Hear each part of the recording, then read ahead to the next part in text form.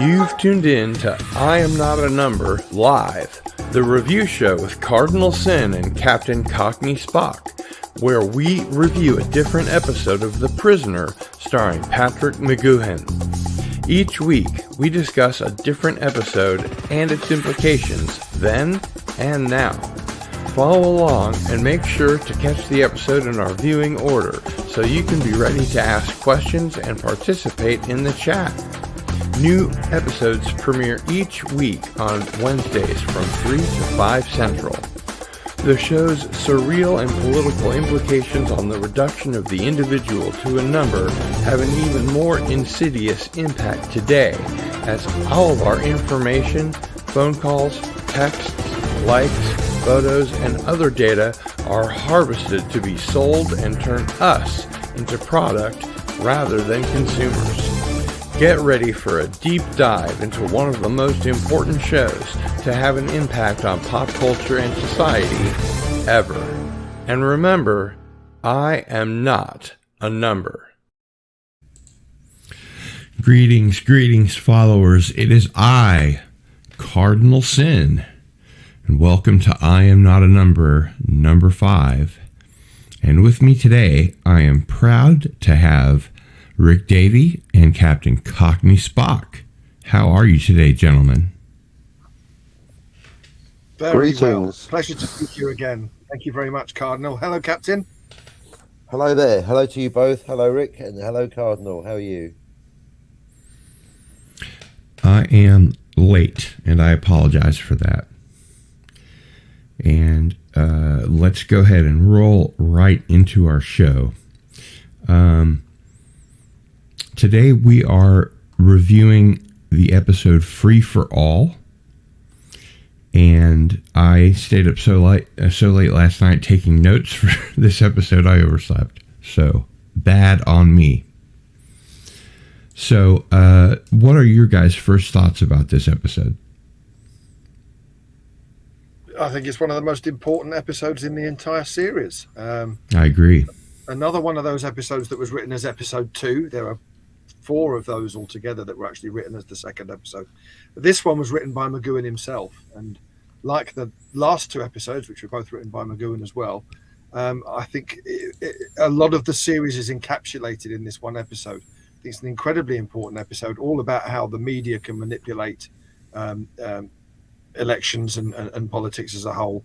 I think it's got McGoohan all the way through it. There's lots of elements which, you know, we still don't understand, and I'm sure you'll touch upon some of those scenes as we go through. It gives us so much to talk about and so much to think about. I think without this episode, I think the series would be a lot poorer. Patrick wrote it under a pseudonym, of course, Paddy Fitz, Paddy being short for Patrick, and Fitz being the first half of his mother's maiden name, which was Fitzpatrick. That's where he got the name from. And he ended up directing it himself after Don Chaffee, the original director, didn't complete the episode. So McGoohan, it's got McGoohan all over it. You know, I did not realize that. That is very interesting. Captain, what sort of impact did this episode make on you? I think it's very relevant now with the politics, isn't it? And even specifically in the episode, it's freedom and protection is one of the catchphrases when he's buying a newspaper. The tally-ho. The tally-ho, yes. Yeah, security of my citizens will be my prime objective, so it seems more relevant now than ever before, so prescient once again. Again, yes. It's a little crazy that way. Yep, very much ahead of its time, consistently. One thing that sort of made this really an important episode for me, as Rick was saying, was that it points out today's situation in a way that is almost hard to believe that they could have seen coming in 1967, but evidently Patrick McGoohan did. We're so beaten down by the ever-encroaching power of the corporation, the slow creep of fascism, the erosion of our liberties by the government, that it's become second nature to us. We keep our heads down. We try not to be noticed. We're afraid of the police, and it seems like nobody cares. Unending war in our names, the defiling of the environment and Mother Earth. It's only been 250 years since the Industrial Revolution. We've already reached the carrying capacity of the planet. And the way those in authority are treating it, you'd think they had another one to go to. So they continue with their little misdirection tricks, using the news as propaganda. And let's face it, this episode is all about propaganda, telling us what to think, how to feel, making more rules and laws that serve corporate donors and not the people. And that's what this episode is telling us, at least what it's telling me. Yeah, absolutely. Again, how they could have seen this coming in 1967 is beyond me, but it wasn't beyond Patrick McGoohan.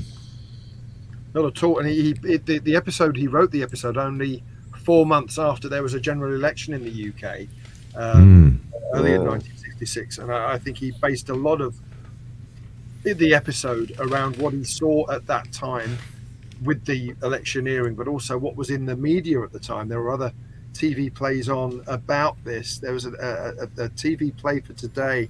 I don't know if Captain Cockney Spock ever saw this. A thing called Vote for Nigel Barton.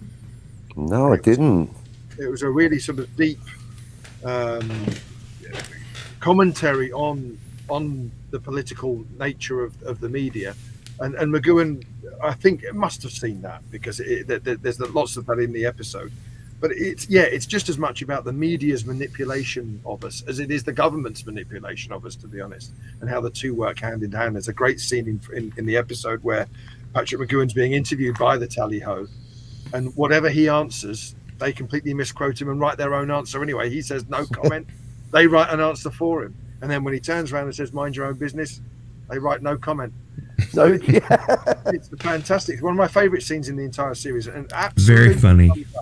Absolutely sums up how the media are basically in charge of how we vote. We're not. We think we're in charge because we put our cross on a bit of paper.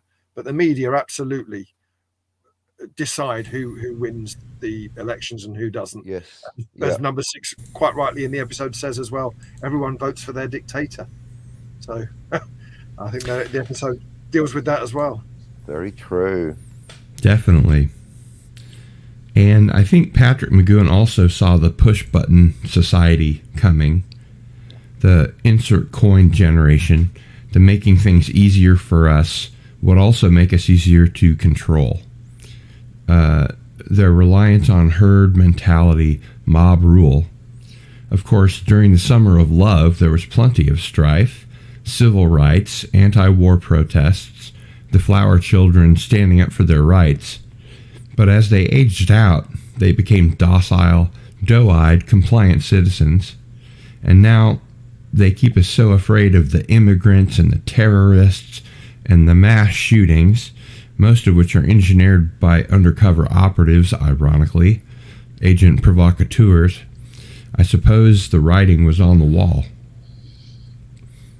At that time, one American president had been assassinated, and his brother and Martin Luther King Jr. would soon be. The public was scared, and society had been warned by President Eisenhower about the military-industrial complex, which is now the military-industrial congressional complex. Oh, yes. Nice. And you know who takes the climate change issue the most seriously? The United States military. Correct. They spend so much of their budget on securing resources it would make your head spin, kind of like number 6's did in this episode. That is, I've got to say, special moment. Talk about great minds. I like to collect military reports where available, just a hobby of mine. But it's amazing. I've read a lot of environmental reports, but it is context. When I read an environmental report in Nature Weekly or Hippie Monthly, then I'm like expecting it. But when I see a detailed environmental report in basically a defense military journal published by the military for the military, I'm like, this is a serious thing. You've totally hit on that. And the congressional, 99% of the time when people mention the military industrial complex, they skip out the bit that was censored, which was congressional. And Cardinal Sin, you're in there, correct? Yeah, wow, boom. And and Rick also, same thing. I had no idea about Nigel Barton, so you know what? Sometimes I'm just happy to be an audience member on the show because you guys are joining the dots. This is brilliant. But yeah, it just goes to show that, yeah, and starting with Patrick McGowan, when I was watching it, even in the 80s, which was early 80s, already a lot, you know, two decade and a half after original broadcast, I didn't recognize at the time how ahead of its time the whole thing was. I was watching it last night. It was like, this is about today. This is about our current world. Uncanny. Absolutely, and I saw it on Channel 4 when you first saw it as well. We were both watching it at the same time, which is kind of lovely to know that we both saw it on the same day at the same time. Yes. And but even then, it did struck me as being relevant. But you're absolutely right; it's more relevant today than it was in the 60s and 70s. I mean, a great visionary, wasn't he, McGowan, to be able to know that this was how it was going to go, and he's absolutely right. There's someone on the internet the other day told a wonderful story that he bumped into McGowan in a cafe in the 90s and said, "Oh, I used to watch The Prisoner, that thing with the big balloon," and McGowan just turned around and goes, "Well, you know, they're still out there." And he's absolutely right on that. Everything that he said in The Prisoner is absolutely around us now, and you've both hit the nail on the head with everything you've said so far. That's very cool. Scarily true, isn't it? We wish he wasn't so correct. Yes, we do. But he unfortunately was. Yeah. And, you know, today, in today's society, we pay for our own technology to surveil us. We have all of our texts and emails and phone calls collected and saved and run through by algorithm. CCTV is everywhere.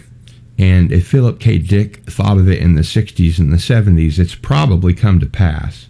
Yeah. Soon they'll have everyone in an Oculus VR helmet with surround sound and photorealistic environments that we won't care what's going on in reality. And we were actually warned about the dangers of the wirehead by science fiction writers like Larry Niven, Spider Robinson, and Michael Crichton that were big enough commercial successes that we should have seen all of this coming. And it's disconcerting, to say the least, that if we have, we've done nothing about it. And McGowan did see it coming, and I think this series, The Prisoner, is about trying to sound the alarm to the people whose individual liberties were being scraped away bit by bit through entertainment. Everybody at that time, as Harlan Ellison so perfectly related in The Glass Teat and The Other Glass Teat, was happy to work, to live their workaday lives, come home to a martini or a beer and fall in front of the television. And I think McGowan knew that and used that ubiquitous medium to try and snap us out of it. What do you guys think?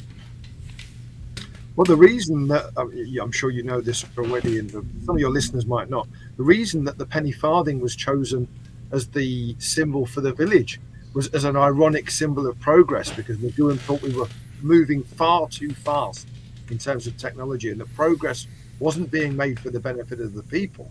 It was just being made because that's what happens. And the idea of putting a canopy on the top was that we need to be protected from the technology, from the advancements that are being made, because these advancements aren't being made with the people in mind. So that was why the penny farthing was chosen, because it was an ironic symbol of we are progressing too fast. Makes sense, doesn't it? Interesting. Captain, anything to add? Well, it's funny because I've been, while we were waiting, shout out Michael Beacom, who pointed out the Prisoner book, which I thought I haven't got. I thought, how dare I be on the panel if I've not even read the book? So within 30 seconds, it was on order via eBay. And I thought, that is peak capitalism. And there's now an algorithm going, he's interested in The Prisoner. First the DVD, now the book. Bit of rebellion, eh? I'm sure Captain has gone on some sort of list. Yeah, well, I'm there already. I'm all over that database like a rash by now. But let's not worry about that now. Indeed, but this is the whole thing. So even it's almost like when you watch Fight Club and you think, what a great commentary on materialism. I'm going to get a coffee table edition of Fight Club. Brilliant. You know what I mean? And a nice table to put it on. So it's a circle. I'm now ordering a book on the prisoner, using capitalism to further understand the meaning of the prisoner and its commentary on capitalism, as I consider whether to spoil my ballot for the next election, as I think about elections as told in the prisoner. The whole thing's just a circle, isn't it? It is just like the prisoner. It's all cyclical. Yeah, it's really scary. Those of us that weren't beaten down by the machine eventually stopped protesting. We stopped thinking about our friends and neighbors, our fellow human beings, that when the CIA deposed a democratically elected leader like Mohammad Mossadegh in Iran and installed the Shah, who was a CIA asset and a complete tool, we didn't notice, even though that had been their modus operandi for many years, all the way back to the United Fruit Company. And this is the first episode in our viewing order that really opens up about democratic society and what a sham it is. I mean, sure, it's not communist Russia, but even though they were the big bad during the Cold War, the United States sold them grain throughout the whole thing, and at a loss. We had to have another world superpower to so haunt our dreams that we'd believe it was patriotic to fight proxy wars against them in Korea, Vietnam, and around the world. And it only got worse. Even into the 80s, which was laced with scandals and more assassination attempts, the Iran-Contra affair was uncovered, the drug money for guns program was revealed, and the investigation into it was an absolute sideshow, an utter sham. And Reagan said, "I can't recall," to everything, and everyone believed the B actor that pulled off the doddering old man routine well enough that it was the role of his lifetime. And let's not forget that the cabinet under the Nixon administration largely stayed in power under Ford, Reagan, and both Bush administrations, and that Bush Sr. had been the Director of National Intelligence, the Chairman of the Republican National Committee, the Chief U.S. Liaison Officer to the People's Republic of China, U.S. Ambassador to the United Nations, Director of Central Intelligence, Vice President and President, and recently photos have emerged that clearly place him in Dallas on the day of JFK's assassination when he was just a lowly CIA operative. And he's from Kennebunkport, Maine. So the people in power, even through the Watergate scandal, which today might make a news cycle, if that, kept their eyes on the prize and worked their way up into a cabal of very powerful businessmen and lifelong politicians, a group that would secretly meet once a year to discuss policy for the following year and what they would put into place. The creation of the Federal Reserve banking system is a perfect precursor to how those at the top would seize power and keep it from railroad and oil barons on up. Thoughts? Pretty heavy. Heavy, but true. It's a shame that nobody ever interviewed McGowan about what he thought about politics generally, both in the UK and the US. Of course, he was born in the US, moved to Ireland when he was a baby, then lived in the UK, and then, of course, spent the last, 30-odd years of his life in the US. No one actually sat him down and spoke to him directly about these kind of issues, and I would love to have known his thoughts on them, because we can get a lot of what he thought through The Prisoner.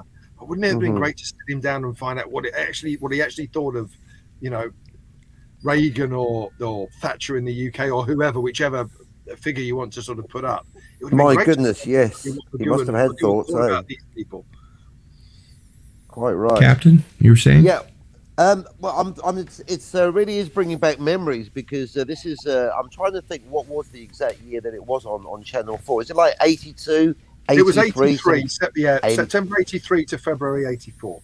Right, because at that time I was reading a very obscure, still obscure, monthly comic book. It's like a slightly more grown-up 2000 AD called Warrior, But in that was the debut of an equally unknown, because it was a debut, comic strip called V for Vendetta, which since then, of course, has become a lot more popular, become a movie, and so on. And now, everyone's got the mask, and even me, so allegedly. So just those little seeds that were planted, and then to tie it in with what the Cardinal was saying about all these. You grow up sort of naive at I don't know if everyone's journey is the same, but for me specifically, because of V for Vendetta and then other comics by Alan Moore, he actually did, for all his fame, one of his least known comics is actually one about everything that the CIA had been up to for 50 years, done from the perspective of a giant drunk eagle at a bar. That's Alan Moore for you.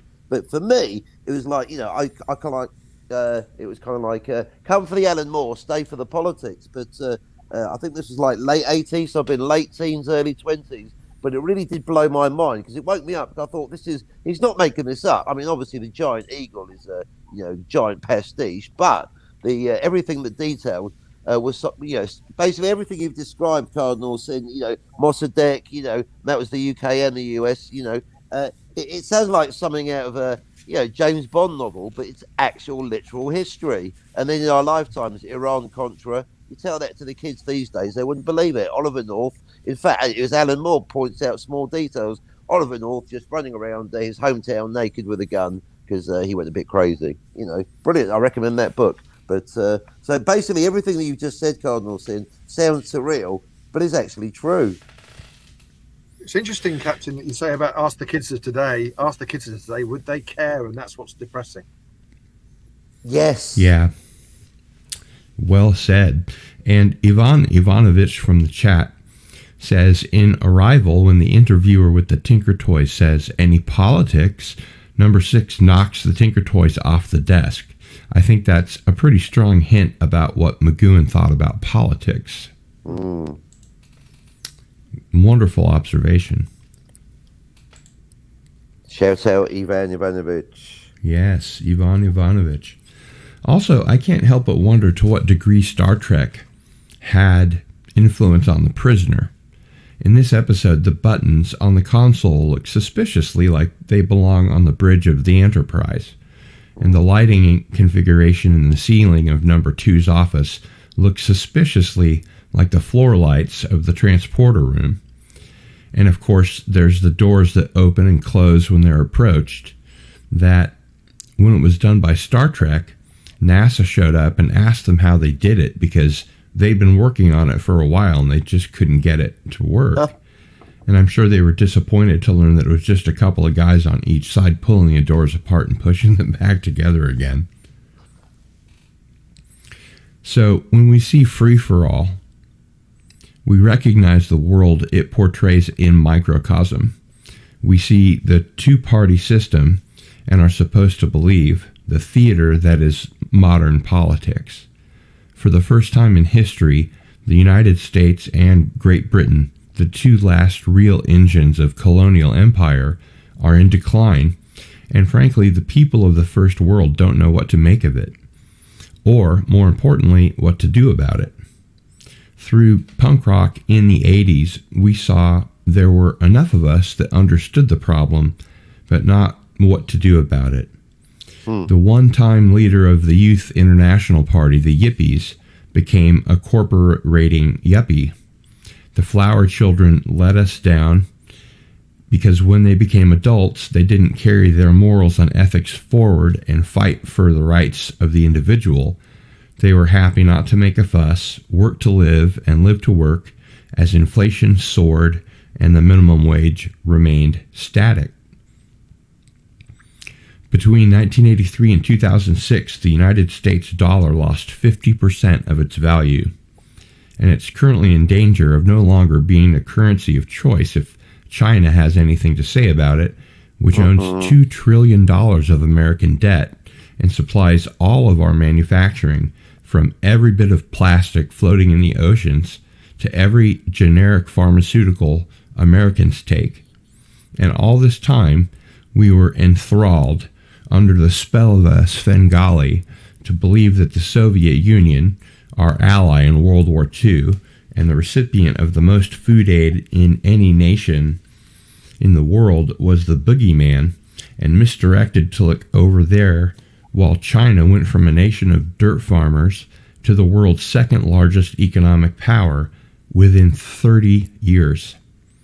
China plays the long game, while we watch commercials on TV and now have smartphones that we can't keep our noses out of, that are made with next to or slave labor in China. China also owns 21 major ports around the world due to lend-lease operations with a 5 or 10-year deadline. And when those countries where those ports are located can't pay the loans back, they've become the property of the Chinese Communist Party. Instead of focusing on quarterly gains, we should have been paying attention to globalization and the politicization of changes in the socio-economic structural changes.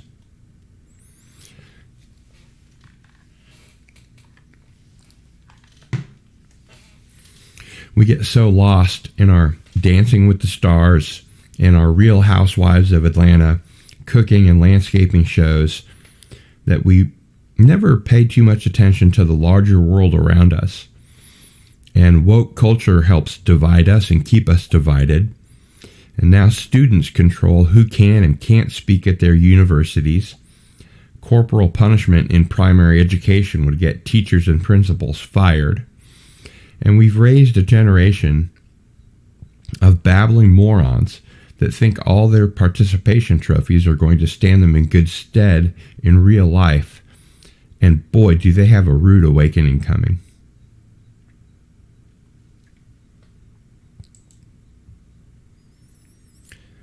What are your thoughts on that, gentlemen?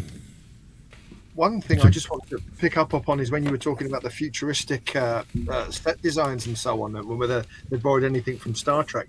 I think Star Trek began in September 66, and the Prisoner production began in August 66. So I'm not sure anyone would have gone from one camp to the other and kind of copied any ideas. The art director on The Prisoner was a guy called Jack Champan, who was Metro-Goldwyn-Mayer's Studios in the UK's chief art director. And he said he based a lot of the futuristic stuff that he put into the series on Fritz Lang's Metropolis from way back in the, when was that? 28? 30-something? Cardinal Sin. And that's where he got a lot of the ideas from. But you're right, there is a bit of an interesting kind of design between the two. We lose it a little bit. I think Star Trek began to get a bit better in terms of things like the phones and so forth. I think in The Prisoner, especially the massive big red phone that we see in A, B, and C, that's a little bit more of a sort of funky prop than maybe what we saw in Star Trek. But so much is right about The Prisoner. It seems churlish to kind of pick on little things like that. But I thought I'd bring it up anyway. I'm not above being churlish. Sometimes you've got to be.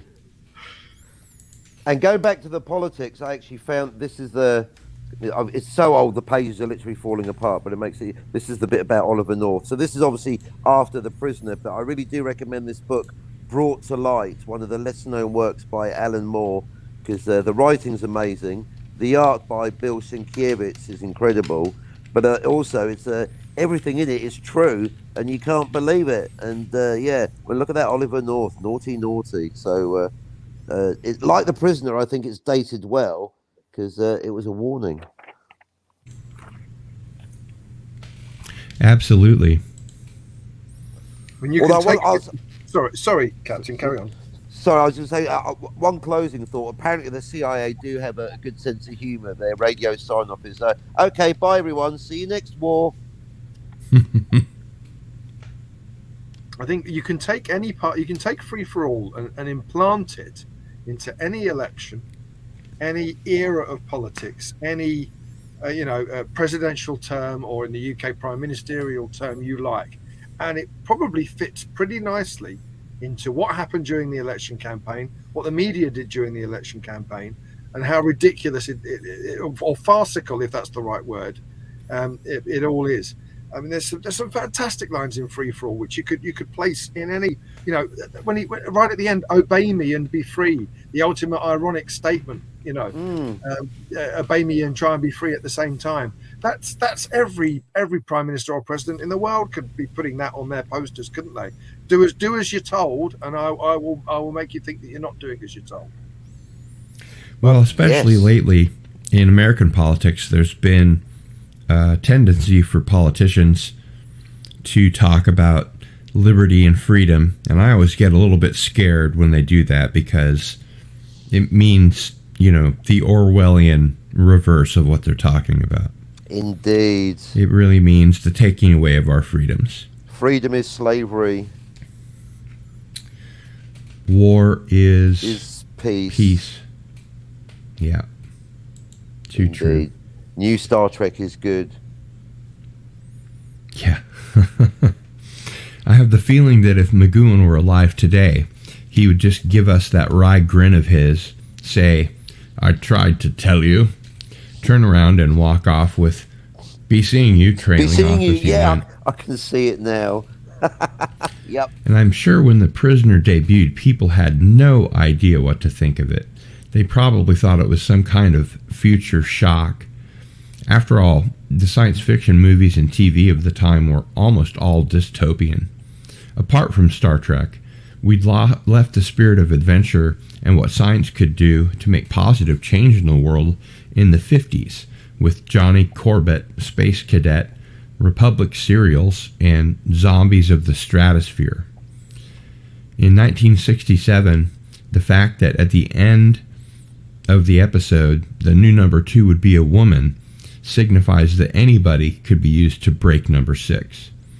Before the Equal Rights Amendment, burning bras, and women entering the workplace, this was almost as shocking to viewers as the first interracial kiss in a dramatic series on Star Trek.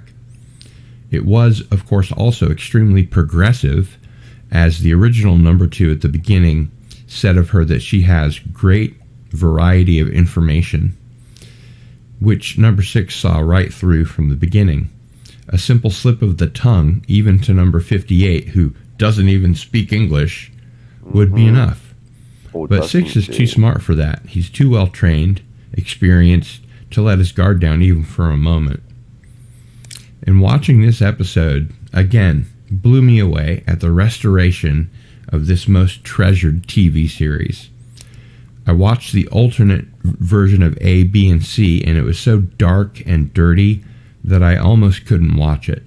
The difference between it and this beautifully restored version in HD and surround sound is like night and day. Rick, do you know, does Network have plans to upgrade it again to 4K for the 60th anniversary? Yeah, they've looked into doing 4K. Unfortunately, this may sound strange, but experts who are out there will probably understand the technological side of things. It actually looks worse than the Blu-ray.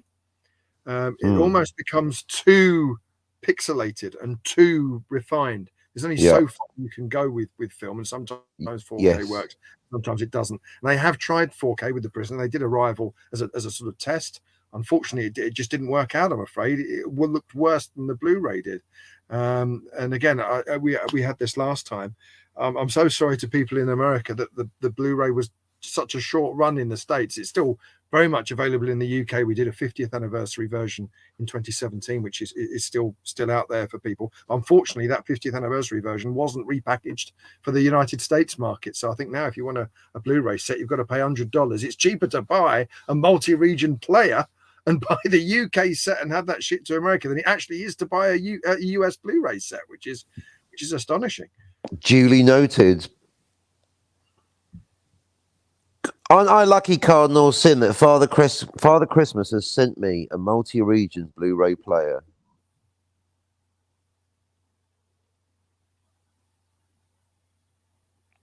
Is it my headphones or his microphone? I cannot. Rick, can you hear? He's muted. Just to be muted. Sorry. Yeah. There you go. It was just testing to see if we're paying being attention. Courteous while Rick was talking, and I forgot to start talking again. I was just saying that the multi-region 4K player that I have, I will definitely be reaching out to get one of those new sets of The Prisoner for the 50th anniversary, because I'm sure it looks even better than this one does. There were some problems with the 40th one, which is the one that you have. A few of the sounds were a bit glitchy. A couple of the voiceovers were put in the wrong place. There is the odd error. So they were all tidied up for the 50th anniversary. But you get so many more great special features. There's new documentaries. There's behind the scenes footage. There's the text commentaries that I did for every episode, where you've got a bit of on-screen information every 7 seconds throughout all the episodes. I know that you love all the kind of minutiae of how these episodes were made, so I know you would absolutely love that. So if you do have multi-region sets, anyone, I would really recommend the new set. And I promise I'm not on a percentage, I'm not on a commission. I'm saying this because it's genuinely the right thing to do. I'm not going to make any money out of this. I was rewarded at the time, but not since, for my work on the set. But it is one of those shows that just visually is stunning, isn't it? And a lot of that is to do, I think, with Portmeirion. And I think that when you go into the studio with the futuristic sets, they do look absolutely stunning, don't they? Yeah, we pick apart the big red phone and we pick apart certain things, but Portmeirion is such a beautiful, colourful place anyway, that it looks great on film.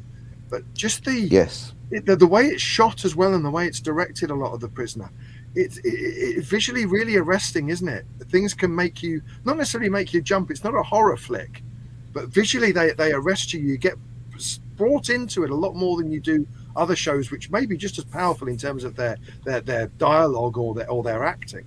But because it's just something about the visuals here that bring you in, the multicolours, the kind of the holiday camp kind of atmosphere of the village, Yes, that's the thing, because it's so the opposite. That's the thing. It sets a kind of tonal counterpoint to the fact that he is actually a prisoner. It's a really jolly prison. Yeah. Yeah, it's on the face of it. You see comments on the internet sometimes among Prisoner fans when they say, "Oh, I don't know what number 6 was worried about. I'd like to live there." Yeah, of course you'd like to live there for the colours. It's the behind the scenes torture. If you could leave, brainwashing that is not the clever thing. Well, there you go. But you both said the two things. It's the fact that you can't leave, and the fact that there is also other things going on in the background that will make you want to leave. So quite right. It's a double prisoner in that sense. Yeah, just a nice a surface sheen for the casual observer. Well, the whole point about of course, the prisoner is it's saying that you don't have to be in a horrible prison to be a prisoner. You can be anywhere. Anyone could be a prisoner in their own life. George Markstein. You could be a prisoner in your own home. Exactly. Yep. George Markstein, yes. Exactly. Very much. If you're under curfew, indeed. Yeah. Well, not even that. Or George lockdown. Markstein used the example that if you're ill, you're a prisoner. Yeah. If you're ill, you can't leave your house. He was saying, George Markstein also said the Queen is a prisoner because she can't just go out. She can't nip to the shops. Right. She'd be mobbed. She's the Queen. It's the same as the president or anybody else. Well, some people are more comfortably prisoners, but we're all prisoners in some way. Diabetics are prisoners because they can't eat what they want. You can. And if they leave their insulin at home. Yeah. The entire world is a prison with many wards and dungeons, but it's still. I fancy going to Mars, but I can't. I'm stuck here on Earth. Get your ass to Mars. Mars. Indeed. I'm a prisoner of my consciousness. Sometimes I wish I could live life vicariously as Cardinal Sin, but no, my consciousness is a prisoner of this body so far. I just love the idea of a Total Recall prisoner crossover movie.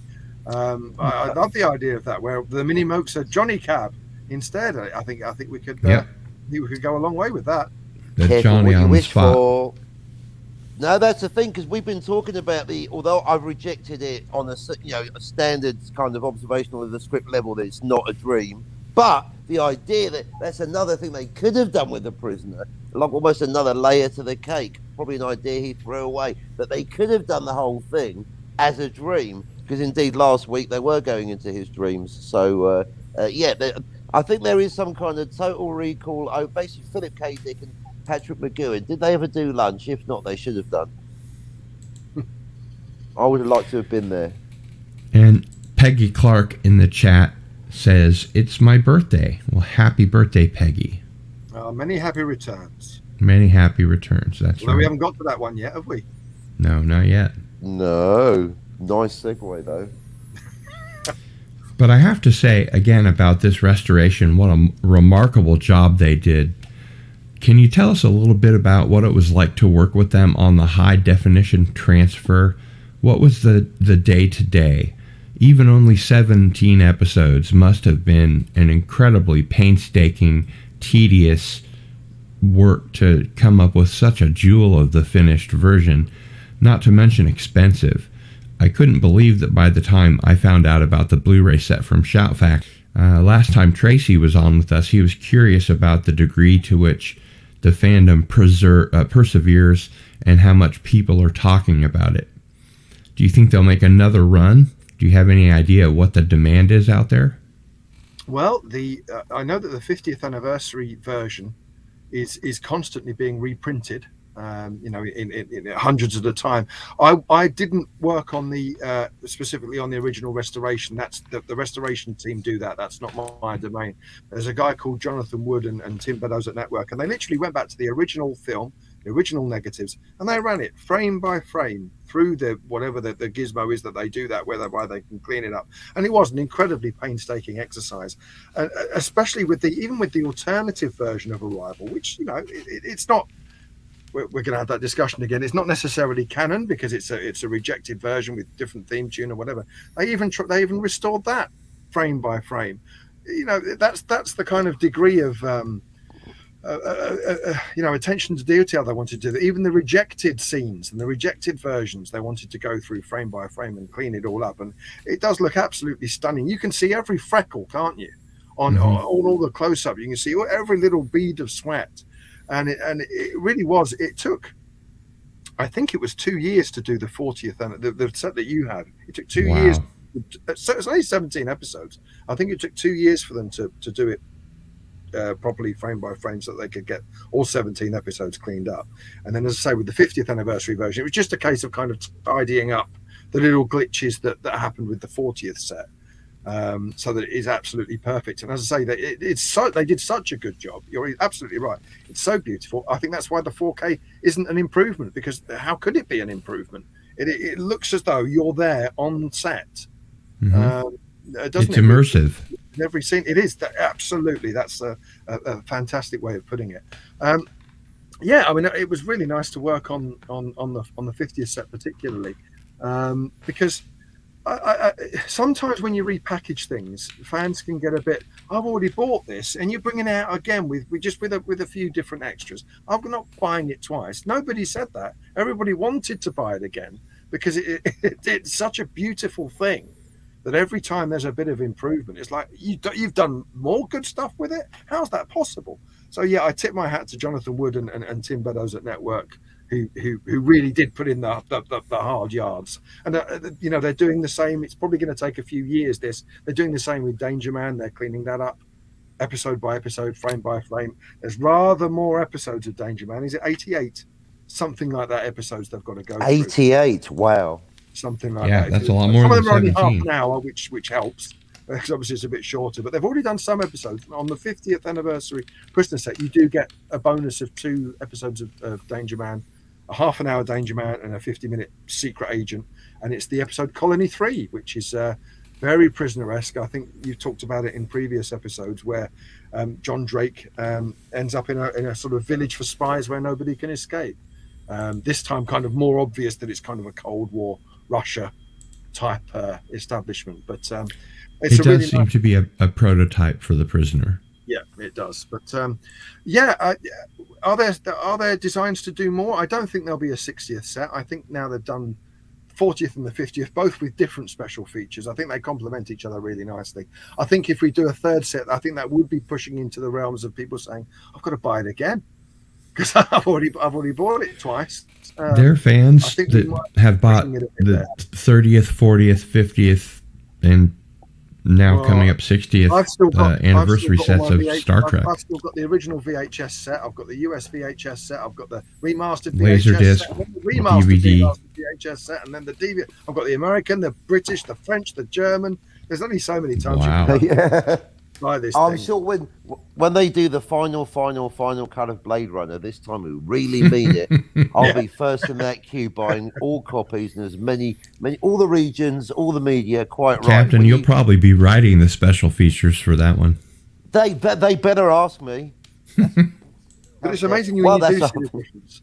I used to record them off the I used to record the episodes as I watched them on Channel 4 on a very dodgy top loading Akai video recorder, which Wow, back in the day. Yeah, you couldn't beat a top loader.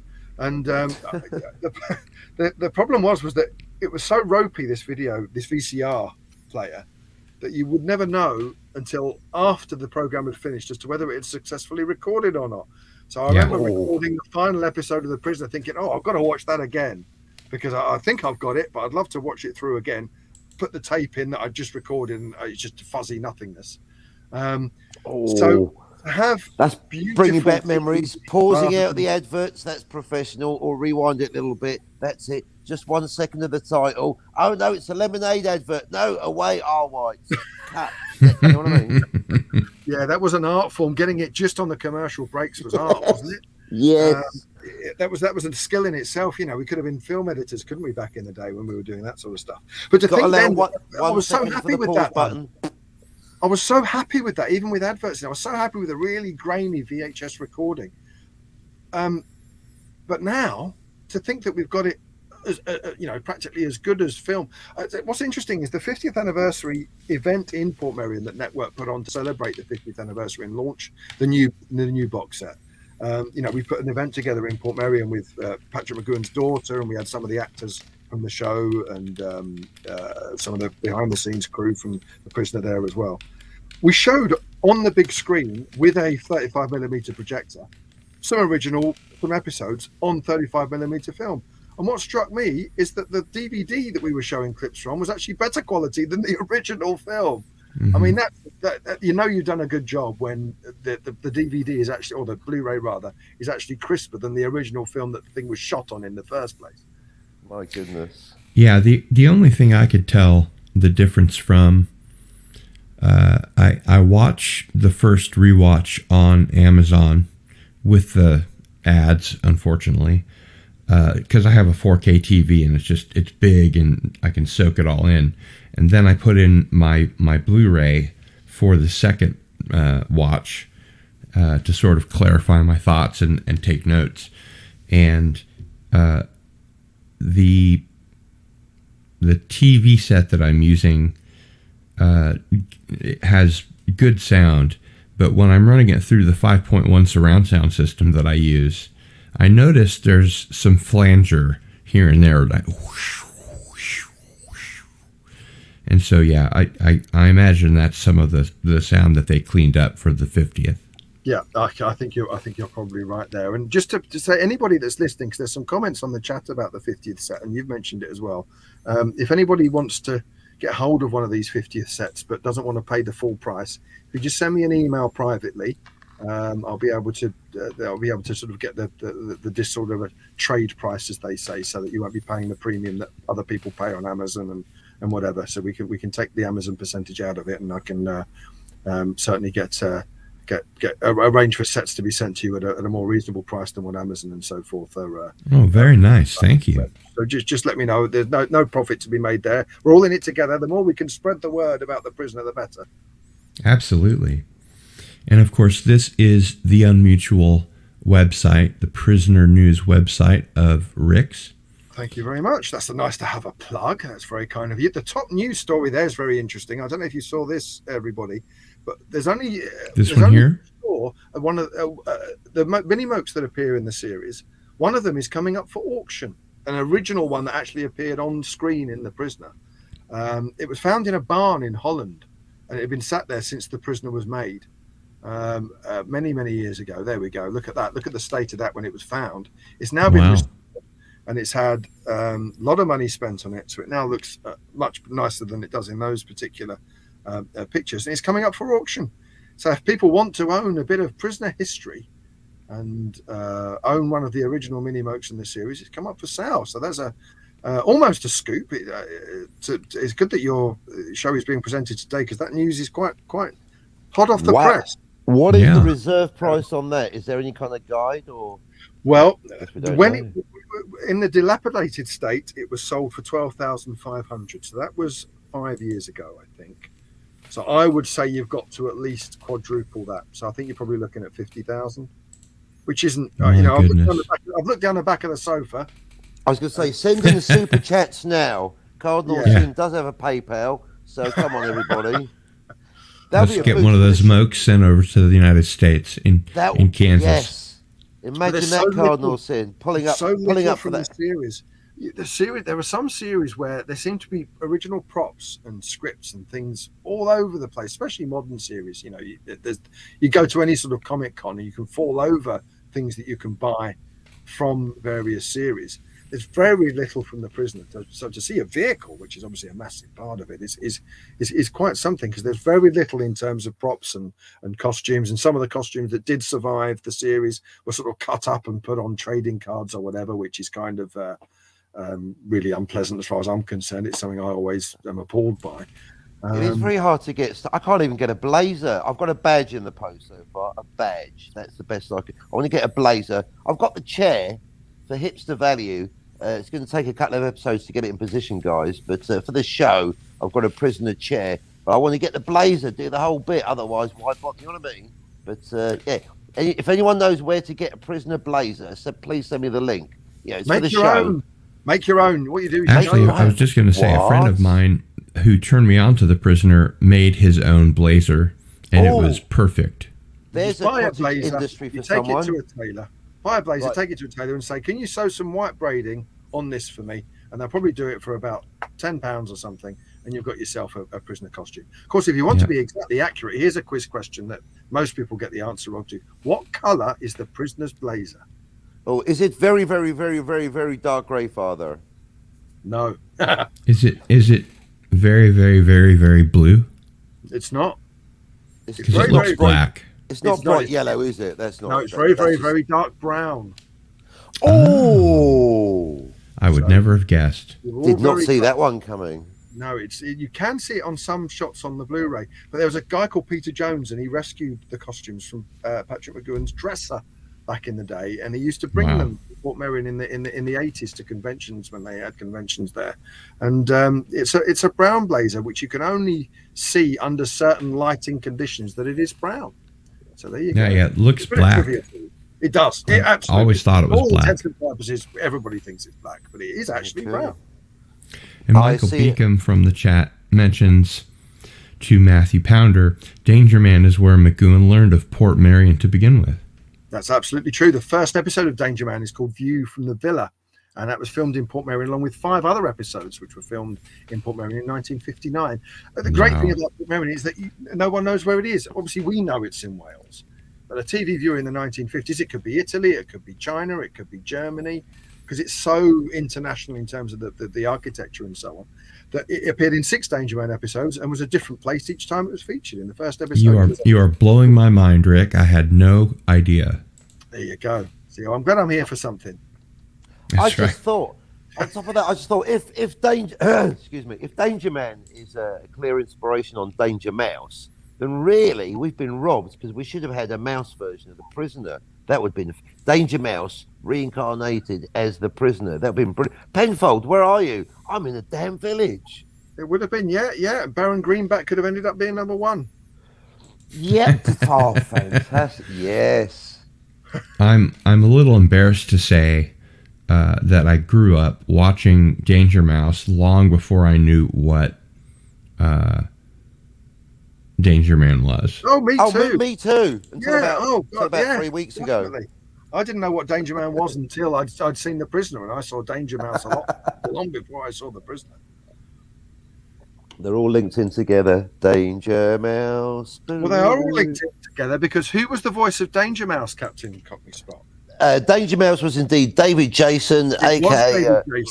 Del Boy. What cult TV series of the 1960s did David Jason's brother appear in, Captain Cockney Spot? I don't know, so I'm just going to guess with Doctor Who? No, Z-Cars. No! I can't believe I missed it. No. He's the Shut the front door. He's the stall. David Jason's brother is the stall holder in the episode It's Your Funeral. Oh. There we go. So it's all Christy. You joke about Danger Mouse, but there's a connection everywhere you look. It's That cyclical. is- Miss Cardinal Sin is absolutely spot on the game. Everything is connected to the prisoner. There's no is. 3 degrees of separation. Everything is 1 degree of separation when it comes to. Well, it is. When you got Peter Bowles, then you got To the Men Are Born. Then I'm sure Marjorie's going to be in there somewhere. Then you got some comedy linkage. Yeah, Peter Bowles from last week is a major linkage, I think, in the chain.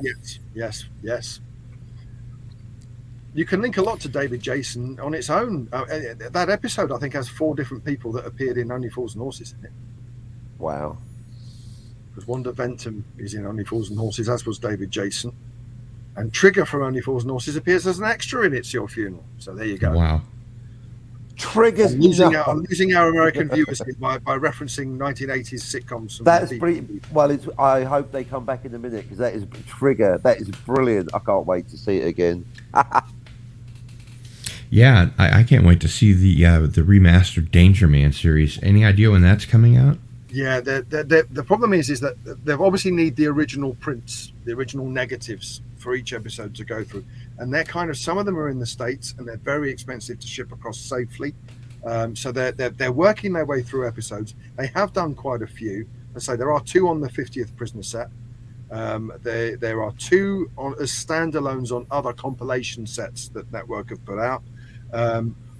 I would think it would be another few years yet because they're now working on some of the other ITC series from the 50s and 60s. They've just done a set called Gideon's Way, which is like a police procedural series from the 50s, black and white, 26 episodes. I think it's difficult because there's so many. They get so far, they kind of do 5 or 6, and then it kind of dawns on them, okay, we just spent 3 months doing 6 episodes and we're still 80 episodes to go, so we need to work on something else for a bit now to release it, to get our money back, to then pay for the next lot, because that's the problem. It's kind of a rolling thing where we need the income to pay for the next set of restorations. So I think each time they bring out a big set of an old TV show and it sells well, that then pays for the next bit of Danger Man, because they're not going to make any money out of doing Danger Man on Blu-ray, because the amount of time it's going to take, the amount of time and effort it's going to take to remaster all the episodes, to claw that money back, they're going to have to sell a lot of sets. It's just a labor of love then. Labor of love. And that whole business is based around that. I don't think they'd have made a massive amount of money on the Prisoner. They'd have made a profit, I'm sure, but the amount of effort that they put into creating the documentaries and interviewing all the people for those and paying the fees to get all the interviews and whatever, it would have been a mammoth task. Well, I know for a fact it was a mammoth task with both sets that they released. But it's good to know that everyone's still interested. Yeah, I'm a huge Danger Man fan, and I can't imagine anybody who is into James Bond or any kind of spy TV series not being into Danger Man, because it really set the mold for the next 50 years, didn't it? Yeah, very much so. I mean, you look at, and you use Bond as the example, and I made this point last time I was on the show. Originally, the Danger Man series was going to be about James Bond, but Ian Fleming decided he was going to do movies instead of TV, so they changed the narrative, changed the character, made it John Drake instead of James Bond. And but I think it did influence so much of what was to come with Bond. You know, every secret agent of the 60s wasn't as good as Secret Agent, to be honest, because, you know, coupled with the good scripts and how nicely shot it was, I think McGowan's performance is excellent. I think he's brilliant as John Drake. That's the key, McGowan, isn't it? You just don't call it collective consciousness, but somewhere out there, I just heard a producer going, "We're going to reboot Danger Man," but it's McGowan. That's the thing. Yeah. He's almost irreplaceable, isn't he? Absolutely. There are some people that are the characters that they play. You know, yes. Roger Moore is the Saint, and much as I love Ian Ogilvy's version of the Saint or Val Kilmer's version of the Saint, they're not Roger Moore. Roger Moore is the Saint. Patrick McGowan is the prisoner. And he is Danger Man. Harrison Ford is Han Solo. Yeah, well, that's the spot on one there. Absolutely. People in the chat were making jokes about Danger Mouse, and it occurred to me that I am not a number, I am a free mouse. Brilliant. That's it. It's Kip Ellis out there. We should animate it. In fact, that's it's one of those moments. We're driving to Florida, and then tomorrow I didn't do it, but someone should do it. That's just a 5-minute prisoner crossed with Danger Mouse. That would be brilliant. Come on, It now. would. Let's do it. I'll work on the We have script to later. put that energy out into the universe, right? Yeah, I want to see it. I'm in. We Yeah, could do a series deconstructing it on 1 hour. In Free for All, this episode, which I think, if I understand it rightly, to mean for freedom for none, number 6 asks number 2, what physically happens if I win? And number 2 replies, number 1 will no longer be a mystery to you. And this, of course, is just another scheme, another ploy to give number 6 enough of a taste of the game that he realizes that it's a game, but he decides to play along. And I can't decide if everyone in the village is there to play a part strictly for number 6, or if, as he says in the episode, that they are all there because, like him, they refuse to divulge their information.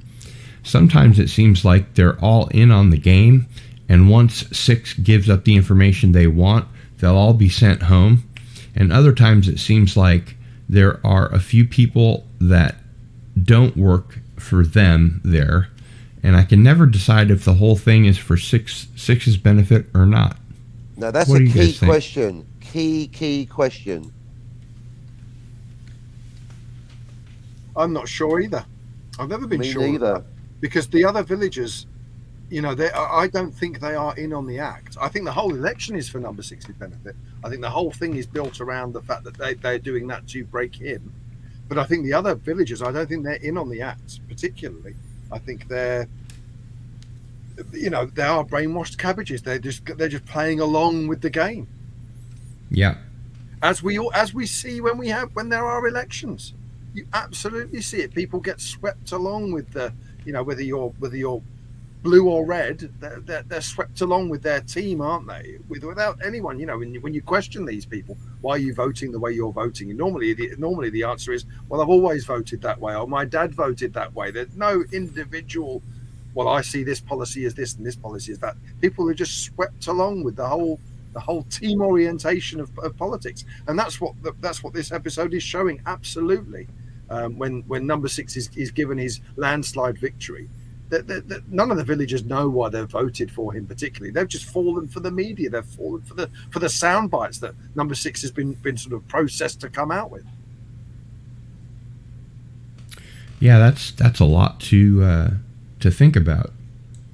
It's funny because it could still go either way. Because if they're getting hypnotized, that means they could be hypnotized because they're in on it, or it could mean that they're not in on it. They are also equally prisoners, but they also get hypnotized. So, in a weird way, it could still go either way. Yeah, So- you could, and that's what's so great about this episode. Well, I think what's interesting, all the times that McGowan was interviewed about the prisoner, he was always interviewed about the same things. What's it about? What's the last episode about? How did you come up with the balloon? No one ever sat him down ever and said, tell me all about Free for All, scene by scene. Talk me through what made you say this. No one ever did that. So this is one of the episodes where we really are having to interpret it ourselves. And I think that's what makes this such a key episode, is that although it's all there on the screen, it's also not at the same time. Yeah, no, this is really one of those episodes that the viewer is left thinking about for weeks, when number 2 gives number 6 the megaphone and he says, I am not a number, I am a person, the crowd instantly laughs at him as if it's the funniest thing they've ever heard.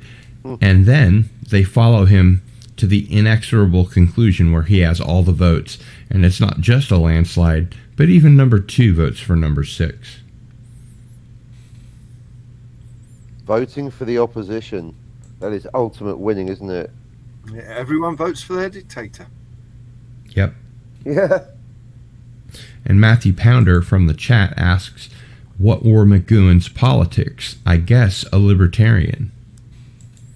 That makes sense to me. Yeah. Rick, do you have any idea? No, I mentioned this earlier on. It would have been great for someone to have sat down and said, what are your, we know what his views on politics generally were. I think he hated all politics and hated politics. I'd love to know if he voted, and if he did vote, what side he voted on. I think I think yes, a libertarian is probably a good answer.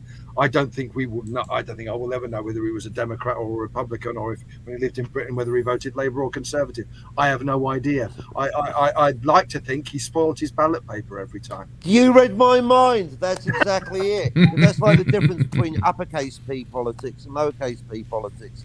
Because in a way, you can't avoid politics. It affects every part of our lives. But equally, you can be not buying into the whole two-party system and voting, and that's all you have to think about. So, yeah, I like to think that too. And even if I'm projecting, it's made me realise that I am actually with the spoil your ballot party. And I recommend everyone take the trouble to vote. Just write bollocks, spit on the damn thing, hand it in, and tell them what you think of their system. Sorry, this has been a quick spontaneous broadcast for the spoil your ballot party. We are everywhere.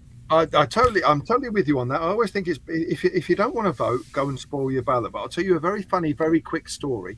I live in the constituency of Montgomeryshire in Great Britain, and we used to have a Conservative MP. His name was Glyn Davies, and one year somebody went and instead of voting, they spoilt their ballot by drawing a penis on the ballot paper. But the problem was they drew it perfectly inside the square for where you're supposed to put the cross for Glyn Davies, and because it was perfectly in the square, it was counted as a vote. The guy went there and spoilt the paper by drawing a massive penis on the page. Because he'd got it in the right box, it was counted as a vote.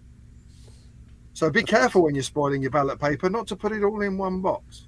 That's a true Spoil story. equally. Wow. Yeah, good exactly. lesson. Yeah. I was going to say Bill Hicks had a bit about this, but I now forget what it was, but it was very funny. Bill Hicks really had his finger on the pulse of politics and what was going on, kind of like George Carlin did, but he was even more edgy than George Carlin was. This episode marks the first, and I believe the only time, that 3 people take on the mantle of number 2 in the same episode. Is this supposed to convey that it doesn't matter for whom you vote? That, like the old anarchist saying, whoever you vote for, government wins? That blank empty slots are filled by blank empty people that, once they get a taste of the good life, remain in politics for the rest of their careers. The money and power are just too good. These people are above the law. In fact, the conceit of the prisoner is all about extraordinary rendition. He's kidnapped, brought to this unconventional, unknown location, and no matter what he does, he finds himself right back where he started. Meet the new boss, same as the old boss. And it makes me think about Ronald D. Moore's reimagining of Battlestar Galactica, which kind of touched on this, but went way too heavy into the politics of the time. In the 3rd season, when the Cylons trapped the colonists on New Caprica and turned it into the worst, most brutal kind of prisoner of war camp, in which you'd get better treatment if you sold out your neighbor. But Moore's mistake was one that he accused Glenn Larson's Battlestar Galactica of, that at its heart, the show should be about humanity running from the Cylons, and that they stopped along the way to Earth, to this planet or that moon, and it bogged down the show when they really should have been just running for their lives from the monstrous machines they created. I don't know if that's something that either of you guys feel like this resounds with. And you're probably going to ban me from ever appearing again for saying this. I still haven't seen the reboot of Battlestar. Oh, Rick. Now, I understand that the guy that put it together was a Prisoner fan. Is what I've read. Is there much of the Prisoner in there? Yeah, in the 3rd season. Yeah, I think there's definitely influence. And if Tracy were here, I think that he would agree. There's definitely some influence. Yeah, I've heard there isn't. It's one of those things that has kind of always been on the pile of things I need to watch, and I just never got round to doing it. So, as I say, I absolutely take my ban forevermore as to not being able to appear on this show ever again for reviewing that information. Michael Beacom says, absolutely there are. Don't want to talk about politics, but look at how many on both sides retire multimillionaires on salaries of $150K per year. Yeah, on both sides, so that's fair. Yeah. And, have you yeah, ever met a poor politician or ever seen a poor politician? No, they all live in nice places, don't they? Yeah, and they all agree on one thing, and that's whenever it comes up to give Congress a raise, they all vote unanimously. Indeed. Yeah, that vote should be up to the nurses. Yeah. And something that's been bothering me for a long time in this rewatch of The Prisoner is juxtaposing it up against 2021, when people have been so asleep that they don't see the grip of the governments around the world tightening around them. China's social credit score system, right out of Black Mirror and an episode of The Orville, could very easily be implemented in the first world. After all, it's with the help of tech giants like Google and Apple. And the further I go into the rewatch of the show, and the more we cover it in I Am Not a Number, the more frightened I am for Western society. They've already removed a great deal of our God-granted inalienable rights guaranteed by the Constitution, which was largely copied from that of the Lakota, the first and only nation to defeat the United States in the United States on the battlefield, and the Sioux, who had laws along with other First Nations peoples in North America that recognized and protected the sovereignty of every single person in that nation.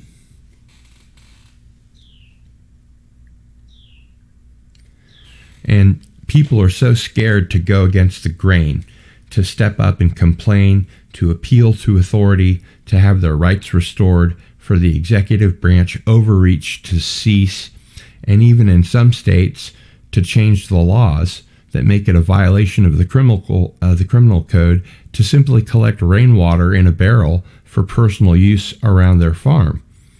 We are living in a time that I think Patrick McGowan could and did imagine. A good student of Orwell, who himself worked for the BBC in the news department and saw how devastating the effect of total domination by the state of information could be. That, at the national level, the only news that got out was what the state whitewashed and decided was all right for release. Absolutely, and that's the whole key to The Prisoner, isn't it? It's about the little person, the individual, is not worthless in society, however much the government wants you to believe that you are the hoi polloi and the worthless mob. Each individual is as important as the prime minister or as the president or whoever, because we are all individuals and we are all important. And that's exactly what Patrick McGowan was trying to get across, but with a caveat that you need to look after your fellow man as well. So much in The Prisoner is about, yes, I am the individual, but so is the person next to me and I want to look after them as well. We're all individuals. His first thought at the end of be an individual like me and all my friends. Yeah, exactly. I'm not, and neither's my wife. Do you know what? It always amuses me about Prisoner fans who dress. I've never been a cosplayer, but Prisoner fans who dress up. It always amuses me that here's this show of telling you how important it is to be an individual, and then to celebrate dressing up as each other. Yeah, but it's like going to a punk concert. Look, we're all punks in our leather jacket and our identical Mohican haircut. Yeah, exactly. Is exactly the same. Yeah. Yeah, exactly. But at the end of Free for All, the number 6 character, the first thing he wants to do is for everybody to escape. So he's about the individual, but with a caveat that I need to look after my fellow individuals, my fellow downtrodden people. His first thing is to say, we're now all free to go. That this is our chance. Not, okay, I can get away now. I'm in charge. This is our chance. So although it's all about the individual, it's all about how collectively the individuals are important. And Ivan Ivanovich in the chat brings up what George Carlin said. It's a club, and you ain't ever going to be a member. Yeah. And Michael Beacom says, yes, George Carlin mentioned that over 20 years ago. He was right then, and he was right now. Also, I want to give a shout out to Matthew Pounder, who says all politicians are number 2s. Quite right. That's a good line. And he also says, Matthew Pounder in the chat, McGowan said he was uncomfortable with the series being a cult. Absolutely he was. That's absolutely correct. Like being a cult classic, you mean? Yeah. Well, he was very uncomfortable with I'll tell you what, I'm going to try and find the quote. So you carry on. I'm going to find you the quote and absolutely sure. I can McGowan as to exactly what he said. I think it was in reference to kind of the sort of fan club element of it, where people just take things slightly too far. Oh, and they didn't understand it. They were just exactly. Like getting the chair, understanding it on the surface level and becoming blazer-wearing zombies. Exactly, that's right. They were a cult amongst themselves. It wasn't that the show was becoming a cult. They were becoming a cult. We are the anti-cult cult. Yeah, he said something like... We are the anti-party. I thought that's what it is. Here, but I don't think I do have the quote here. But it was something along the lines of, they get to a point where they stop appreciating the show and end up just appreciating themselves appreciating the show. So it's almost like Star Trek fans becoming so into Star Trek they don't even watch Star Trek anymore. It's all about themselves dressing up. And McGowan felt the same about some Prisoner fans. He loved the attention that the series got. He wanted people to talk about it and be enthused and new people to come across it. Of course he did. That's why he made it. But he didn't like the fact that the whole thing had become so cultish. And he never went to conventions. He never once went to a convention. He couldn't think of anything he'd rather do less and go to a convention. He did go to some akin to one. I do remember something about a documentary where I just watched this recently, but I don't remember the name of it. And Rick, I'm sure you will if I can describe it well enough. There was a reporter and a videographer that wanted to interview McGowan about The Prisoner, and they had shot almost the entire thing, and he said, nope, we've got to redo the whole thing. And it was about where he was sitting and how the lighting was and all this kind of thing. Does that ring any bells? It's a documentary called In My Mind. It's included on the 50th anniversary Blu-ray. So it's available on Amazon. I think you've got Amazon Prime. You can watch it. I think that's where I watched it. Yeah, it's a great documentary because it gives you such an insight into what McGowan was like as a person, doesn't it? Everything had to be just so. Yeah, exactly. And that's how he was on The Prisoner, and that's why he fell out with some people because they weren't taking it as seriously and as precisely as he was. Yeah, that must have made him difficult to work with, I'm sure. The whole thing about Leo McKern suffering a nervous breakdown working with Patrick McGowan, I can completely understand after that. Absolutely. But what happened in 1983, McGowan was invited onto a TV chat show called Greatest Hits, TV's Greatest Hits, and they were covering the year 1968. So I thought, we'll get McGowan on, and he can talk about the last episode of The Prisoner, which aired in 1968 for the first time. We'll get him to talk about that. And what they also thought was a good idea, we'll get some Prisoner fans along. Let's dress them all up, and we'll stick them in the audience, and it can be an audience of prisoner costumed, prisoner fans in costume. McGowan walked in, turned to the person who was walking him into the studio, and just went, "My God, man, these people are mad," because he just couldn't understand why a show celebrating individuality was encouraging people to be the opposite of massing groups. Yeah, exactly. And he never went to a convention in his life. There's nothing he would have hated more. I mean, but he was always very generous to fans. Whenever, if you wrote to him, you'd get a letter back. If you stopped him in the street, he'd be absolutely polite. He was a gentleman, but he also could see that some people were just taking it in the wrong direction and had moved far away from his original intentions. Yeah. Maybe we should start the Prisoner fan club. And celebrating Prisoner fans? Celebrating ourselves. Join pictures of, individual Cardinal Sin, posters of Cardinal Sin as the chief of the. You can be number 2. I'll be number 6. Rick, you can be number 1. Oh, bless you! I'll tell you what we could do. We could do a podcast all about this podcast. So that's the idea. We could revisit episode 1 when we get to episode 18, and then critique our critique of the critique. We should go to I think you've got conventions something in our there. blazers. That's brilliant. So someone should do a newsletter about us, not about the prisoner, but all about our show and how it totally deconstructs the prisoner. Going, I tell you, I thought Robert Meyer Burnett and Az were onto something, but these guys go all the way, deep. We have actually created a few new prisoner fans. Yes, that's the idea. For sure. And my moderator, Anti-Derivative Jill, hasn't seen The Prisoner until now, so I know that we've created at least one new fan. And I freely admit, I'm actually a Danger Man virgin. I, to this day, have seen more Danger Mouse, a lot of it, and almost no Danger. So when that Blu-ray comes out, yes, I'll be buying one. And thanks to the Cardinal, I've got a multi-region player in the post. Yes, thank you.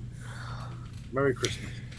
And again, the soundtrack and the incidental music is grating, screeching electric guitar in what I have to imagine is the first use of it in a mainstream TV series. It's unsettling, it builds tension, and it's just the perfect tone for the show. It's almost a bit punk. Yeah, it really is. Proto-punk. And at the end, number 58 says, "Give my regards to the homeland." And that's nothing that you would hear a Brit or an American say. No. Neither does she say fatherland or motherland, only homeland. And how interesting that now in the United States we've had a Department of Homeland Security for so long, it's almost old enough to drink. So what do we learn from Free For All? That by hook or by crook, they will learn the information they're looking for. And as we venture through these 17 episodes, their means will become more deliberate, more forceful, and without a doubt, weirder. They'll apply drugs, psychotronics, and number 6 is grappling with trying to understand this place he's in, but knows he doesn't fit in there. As the viewer, we're along for the ride, and that's all we can do. And I kind of think that's part of the statement he's trying to make. Absolutely, and I think this works great as an early episode. I know we don't want to be doing the episode ordering debate every week, but it does work great as one of the early episodes, isn't it? Because it does give you a thing of this is what's to come. I mean, I love the final scene. I love the look that McGowan gives number 58 when she says, you know, "Are you ready to talk?" And he just looks at her as if he's sticking one finger up at her, doesn't he? As if to say, I'm not going to be talking. You can do all this. Not really. Yeah, I'm not going to be talking. I would have loved to have seen an episode with her as number 2 all the way through the episode. Wouldn't that have been great? Because I bet she was a right sadistic. That would have been perfect. Yeah. But that's what's so good about it, is that they didn't do that. It would have been easy for McGowan to say, "Right, you're in the next one," and it unsettles you when you go to the next episode. And there's a new number 2 again, as there will be next week and the week after that, and every week, apart from in a couple of exceptions where you do get the a returning person. But it does. This sets up really wonderfully the rest of the series, and you can see why it was originally intended to be an episode 2, because it is a setup for what's to come, isn't it? Absolutely. And yeah, Matthew Pounder says that he was concerned about his legacy, like all artists. Yeah, and I think to a degree that's true. But what you were saying before, Rick, about the sentiment that he had when he was brought onto the show and saw everybody dressed up and saying these people are mad, was that to him they didn't get, they didn't make the connection. Being fans of a show about individualism and an individualistic person is almost a non sequitur, Non sequitur. Exactly. And I think what he found interesting, was that I think that's one of the reasons why we didn't see a lot of him after The Prisoner. I think he felt really disappointed, I think, that he had put this thing out there. And yes, so many people did understand it. And I'm sat here with 2 people who obviously clearly understood it, and the people on the chat understand it. But there are so many people who don't understand it. There are people out there who think that number 6 is the bad guy. You know, when clearly he's on the side of what's right and what's good, and it's, you know, he's fighting the evil regime. But there are people out there that think he's a nuisance character. You know, there are people out there that clearly didn't understand it. I think that really disappointed Patrick. I think he kind of he put everything, he put so much of himself into this series, and then to see people going, "Oh, isn't it great? We can put the cloak on and we can dress up and look all nice." I think he found that really disappointing. I don't think it made him angry. I don't think he was annoyed at people for that. I just don't think he could understand why people could get it so wrong when it is there on the screen. Yes, there's things we can interpret. There's a scene near the end where he runs into a room and there's people almost praying at Rover, isn't there? They're all sat around with their dark glasses on. No one knows what that scene means. It's never referred to again. That set's never used again. Those people are never seen again. What does it all mean? We don't know. So there's some things that are put on the screen for us to interpret, but so much of it was there. And he was disappointed that people just didn't understand it. And when we did the 40th anniversary Blu-ray set, you know, Tim Beddoes at Network approached Patrick and said, "Do you want to be interviewed?" And his reply was, "I'll help you all you know, give you lots of help. But I'm not going to be interviewed because if you didn't get it from watching it on the screen, nothing I say now is going to make any difference to that at all. I've put it all on the screen for you. You either get it or you don't. Me nattering about it now is not going to change the fact that you didn't understand." That is interesting, because just yesterday, Cardinal Sin and I were discussing, amongst many other things, the validity of death of the author. We got to that delicious point where I thought, hang on a minute, I'm not sure what my position is anymore. And normally I'm so opinionated, but in this case, at least, Patrick McGoohan has basically his voluntary death of the author. He refuses to comment on his own work. That's quite refreshing, because now we can't debate, even if we want to, Cardinal Sin, or indeed Rick, or anyone in the audience. Should we listen to the comments of Patrick McGoohan? He refused to make any. Oh, well, it's a moot point. Moving on. Yeah. So I'm so, you know, simultaneously, I wish he had, because I'd love nothing. There's nothing I'd love more than to get the deep insights into the prisoner from Patrick McGoohan himself. And yet, at the same time, hello, cognitive dissonance, my old friend. I'm glad that he didn't, because I really just have to pay attention to it and come up with my own conclusions and try to infer his implication. That's right. He did do interviews, of course, about the series, but never more than, you know, an hour with somebody. You know, we spoke to Tracy. Obviously, you spoke to Tracy in previous episodes, and he had, you know, a couple of hours on the phone with him.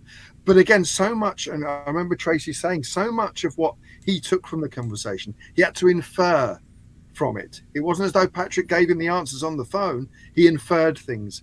And I think Patrick was like that all the time. The book that you've just ordered, Captain, about the Robert Fairclough book, the Prisoner Companion. Yes. Robert Fairclough wrote to Patrick for that book and said, "Would you be able to give me a few words?" And Patrick phoned him up, and Robert answered the phone and said, "Hello." And he goes, "Hello, it's Patrick McGoohan here." And Robert went, "Oh, wow. Hello, Patrick." And Patrick's, these are his exact words, "I'm just phoning you to let you know that I'm not going to speak to you." And he put the phone down. And that's great, isn't it? Only Patrick McGoohan could to tell someone, take the time to phone someone. I'm not phoning you up. Yeah, exactly. I'm not speaking to you. Yeah, that is so Patrick McGoohan. Yeah, it is. Wow. I mean, and he was, when he was interviewed, he used to test the interviewer. Every interview he gives, there's something in it which isn't quite true. And he was doing that deliberately to see if people were paying attention. Not many people go to that length when they're being interviewed. And I think that's fantastic. I actually think the man was a genius. I really do. Well, I did not know that. Yeah, that's becoming more and more evident every week. My goodness. He was. So, what's next in our viewing order? What's up for next week? Next one is on the spot. Reaches for DVD case. Next one is going to be after the Schizoid Man. No, it isn't. Yes, it is. Yes, it is. It is the Schizoid Man. The Schizoid Man. The Schizoid Man. Any it's a great next episode. time on. It's one of those episodes that's you could. I mean, I love it, but it's one of those episodes that you could remove out of the series, and the series wouldn't lose anything. That's not to say it's a poor episode, but there's no narrative that continues before or after it. Very much a standalone, but one of the best standalones. It's a fantastic episode, and I love it. And Tracy mentioned that he wrote a Star Trek The Next Generation episode and named it The Schizoid Man because of this episode of The Prisoner. Or the next episode of The Prisoner. Mm-hmm. It'd be great if he could come on, if you can get him on next week, Cardinal. We'd all love to hear more about that. Yeah, I think we probably can. If I hadn't overslept today, I think he'd probably have been on today. He wouldn't have got a word in edgeways with us. I did get an email that I think he thought it was at 5 Central, so he may be turning up, after we're done. Cardinal Sin, I thought you were pulling a number 2 on us and making us wait like number 6. It was some kind of psychological trick. I mean, remember I spent so much time, watching the TV. I'm trying to give you an out. And no, thank you. I'll be absolutely 100% honest. I spent so much time taking notes and watching the episode that I overslept. So I tell you what, though, just leaving it late, but a comment on a very small detail at the start of the episode. But in life, and certainly in The Prisoner, sometimes it is the devil's in the details, and that's where the genius is.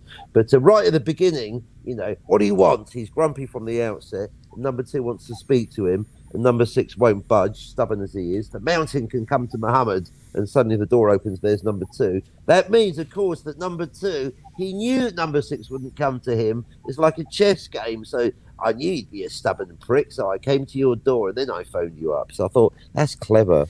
Of number 2, end of the show. The mountain can come to Muhammad. And so he did. He knew that he'd be forced to walk. Yeah, so why not phone him from outside his door? Are you Everest? And also, shout out to Michael Beacom, because we had the conversation before. Some details, I don't even know anymore if they're intended, but that's the genius, the maddening genius of The Prisoner. It's got you looking for things, pattern recognition. And shout out as we're waiting, Michael Beacom in the chat pointed out that we've got number 58. 58 divided by number 6 is 9.6666, repeating. So was that intentional? Was that why she's 58? Who knows? Could be. I know the numerology people would go nuts over that. Well, when he's campaigning later, they are saying 6. So there is indeed literally 666 repeating. 6 for 2. Yeah, 6 for 2, not 2 for 2. Or are they saying that Patrick McGowan is 6'2"? Yeah. Oh, nice. And apart from comparing and contrasting what McGowan was trying to tell us about how the world is becoming a less safe place, more automated, which he saw as dangerous, and that he thought the latter half of the 20th century was a mistake by any measure, we're left with an empty feeling that once again he's made every effort, he's done yeoman's work, but in the village they're always one step ahead of him. Absolutely. At this point, there are episodes that come later, of course, where he is one step ahead of them, and that's an interesting way that people can. We talk about how people can order their episodes in the way that they want to. There is a school of thought that you should have all the episodes where number 2 and the village are ahead of number 6 at the beginning, and then gradually as the series goes on, number 6 starts to get ahead of the game, and you can have those episodes later on. I don't know how you. Well, probably it's a conversation we can have after all 17 if you're ever mad enough to invite me back. Then you're invited back every Wednesday by default. But that's one way of looking at it. All the episodes so far, although A, B, and C, one could argue that did he win that one? It's an interesting kind of mishmash, isn't it? Sometimes he's victorious and sometimes he isn't. I think that was his first victory. Yeah. I mean, every week he's in the village. In a sense, he loses, but every week he doesn't give them the information. So so he wins. Yeah, it's a very good point. Well made. I can't argue with that. It's like chaos theory, a bifurcation point. There's like a wave energy. He's always losing and he's always winning, and that's our constant change throughout the series. But then, as you say, the evolution of his kind of outsmarting them, so he learns to play the game by degrees, I guess. One of the reasons CBS wouldn't buy the series originally, they did buy it in the end, but one of the reasons they were reluctant to is they said, we can't have a thing where the guy loses every week.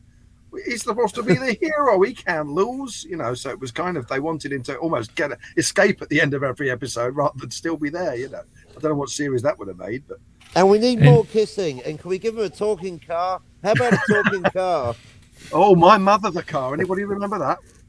I've never seen it. Have you never seen My Mother the Car? No. Bother. No, part of your life you'd never get back again. I wouldn't bother. But thank you. Ivan Ivanovich in the chat mentions there's an actor in this episode named Ian Fleming who people often mistake for the author who died in 1964. No relation. Very Apparently true. not. And Michael Beacom mentions this episode should be before Chimes of Big Ben because of his quip, number 2, will you run? Number 6, as fast as I can, the first chance I get. That would be odd after he had already left.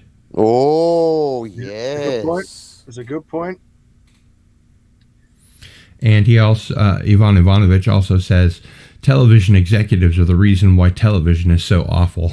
Absolutely. Hey, that makes me realise, on a meta level, this episode has my vote chronologically for being number 2. I vote this episode for number 2. There's a lot to be said for that. I think it's between this or Dance of the Dead, which we haven't watched yet, of course. I think those two are the ones which, this one and that one, show him to be at his newest and most vulnerable. So Let's say so maybe we got our viewing order out of order. Yeah, but that's, life is the worst teacher. It gives you the exam before it gives you the lesson. Plus, you've made it a lot easier for me on the DVD player, so thanks. You're out of order. I'm out of order. We're all out of order. You're all out of order. This whole TV series is out of order. And Ivan Ivanovich says, Dance of the Dead is my pick for second episode. Yeah, it's mine too. I have to agree with him. Free for All, I think, would come third, and then Checkmate would come fourth, and then Chimes of Big Ben. I think he needs to settle in before he gets out. All right, I'm going to go with that. Number 3 then. So this should have been number 3. Yeah. Well, you're doing right. You're watching it in the order that everybody watched it originally, and that's the right order to be showing it in. Yeah. People can make their own orders later. I don't think you should be trying to. Well, let's just say, live on air, I'm planning the rewatch for the next time round. The luxury watch. Does that mean that people in years to come are going to be putting these episodes of I'm Not a Number in their own order? Are they going to be suggesting that episode 7 of I'm Not a Number should actually be third?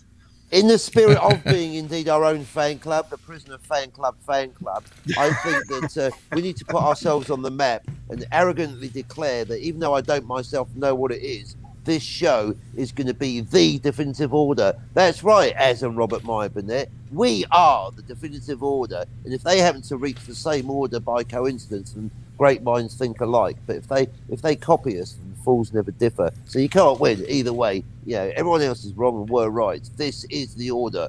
As soon as we figure out what that is. As soon as we figure out what it is. Once we're done, then it'll be the definitive order. Yeah, that's how right we are. We don't even know what it is. That's right. That's how open-minded we are. But once we've decided, that's it. The discussion is over. And Michael Beacom in the chat mentions Captain Spock. I would call this number 3, Dance of the Dead, indicates he is even newer than here. Yeah, and on the basis that I've not rewatched it because I'm going on the DVD order, and such is my respect for you guys. That's right, live on air, I'm taking someone else's thought on board. I agree. Done. Number 3. This was number 3. In fact, that means that now there does need to be a show about this show, and because we're doing it in the wrong order. Live on air, I'm telling you, if you're watching this live, you're doing it wrong. This is the wrong order. This isn't our 5th show. This is our 4th show. You know what I mean? Don't worry about it now. Makes sense later.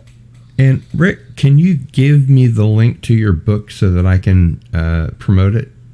Oh, you're very kind. It's available on Amazon. It's available at theprisonershop.co.uk. Is there a link to it on your website? Yeah, if you go to the Unmutual website on the left-hand side, there's an option for Village Shop, If you click on that, it will then redirect you to theprisonershop.co.uk, and then my book is available there. It's very kind of you to plug. It's only a very small book, just a bit of an introductory guide to the series called The Prisoner: The Essential Guide. It's only, I think it's $4, $2.99 in the UK. I think it's $4 if you're buying in the States. So very nice, but Let's take a look here. All feel compelled to pay for my kids' food. Nice. We'll call it an essential companion, like your good self. So yeah, so that's on the right hand side there of those three. Go back to the left again. That's it. This On the one right here? No, right hand side. Right, one of the Yeah, three. that's right. That's it. So it's just a little 32 pages introductory guide to the series, all the basics. So if you're new to the show and want to know how they came up with the balloon, what the car was, who was in all the episodes. And it's only £3. Yeah. My goodness. It's just an introductory sort of guide to the series.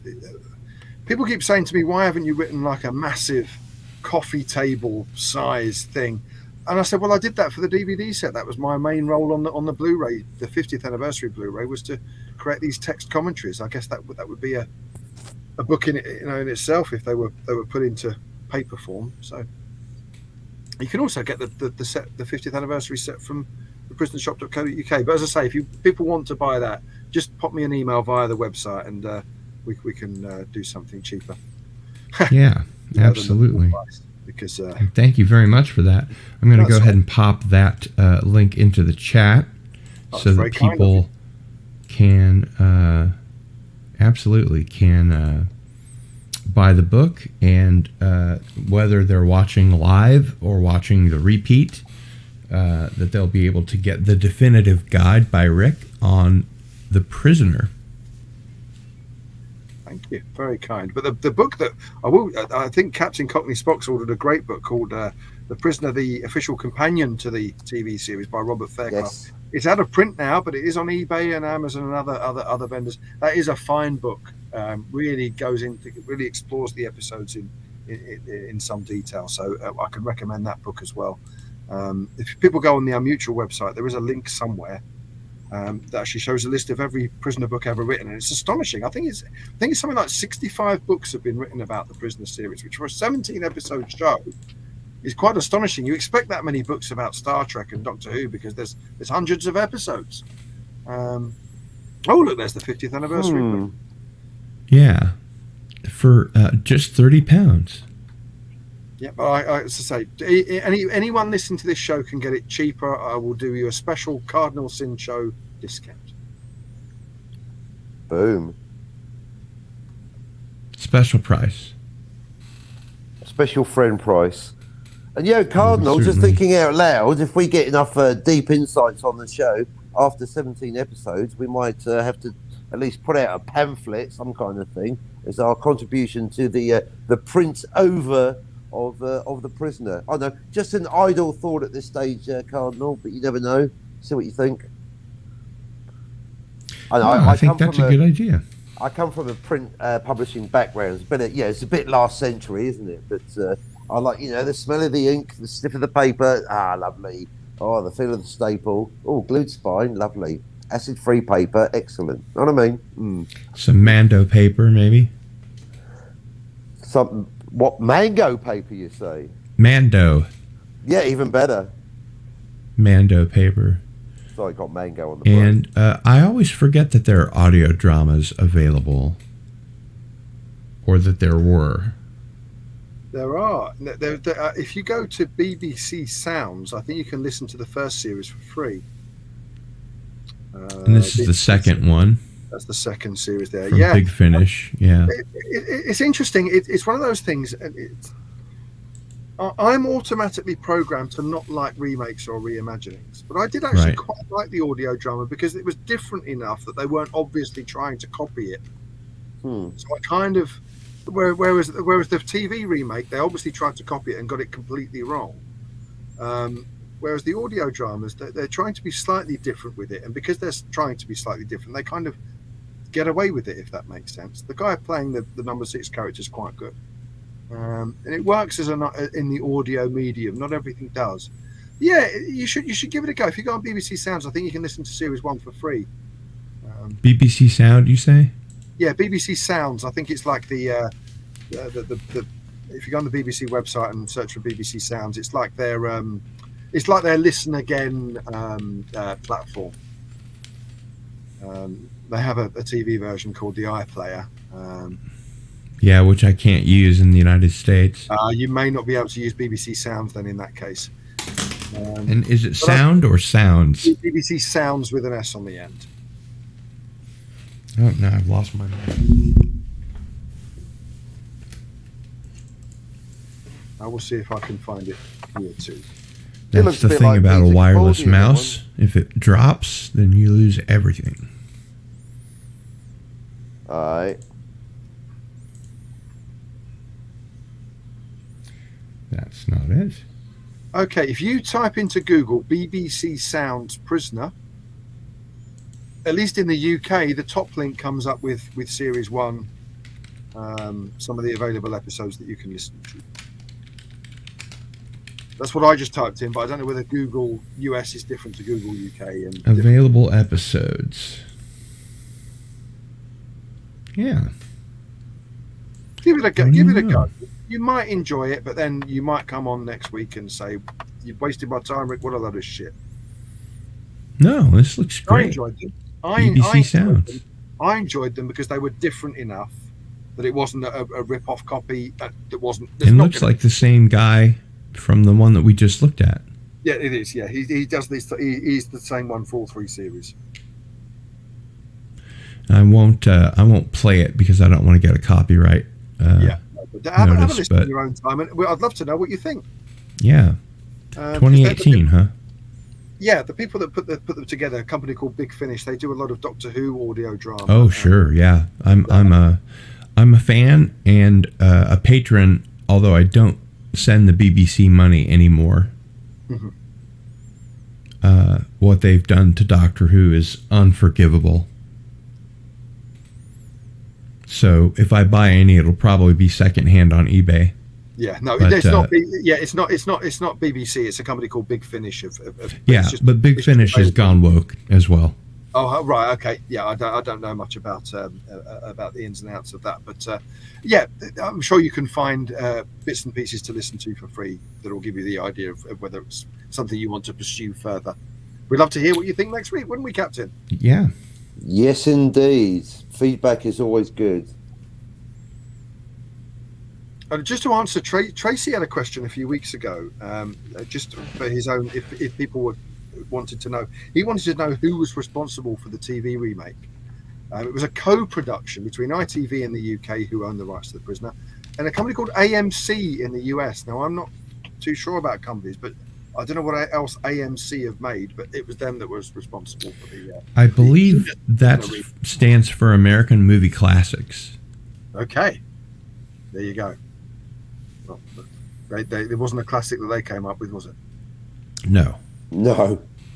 There's also a theater chain called AMC, and the two sued each other at some point.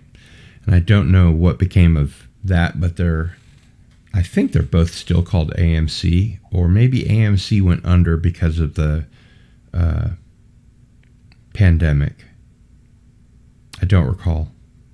I don't recall. Nice callback. I don't recall. I don't recall. So Ivan Ivanovich is heading out. Thanks for being with us, Ivan. Be seeing you. And He can still escape. That's good. yeah, he gets to escape. Very good. Well, gentlemen, I think this wraps up this episode of I Am Not a Number. Let's go ahead and plug your channel, Captain.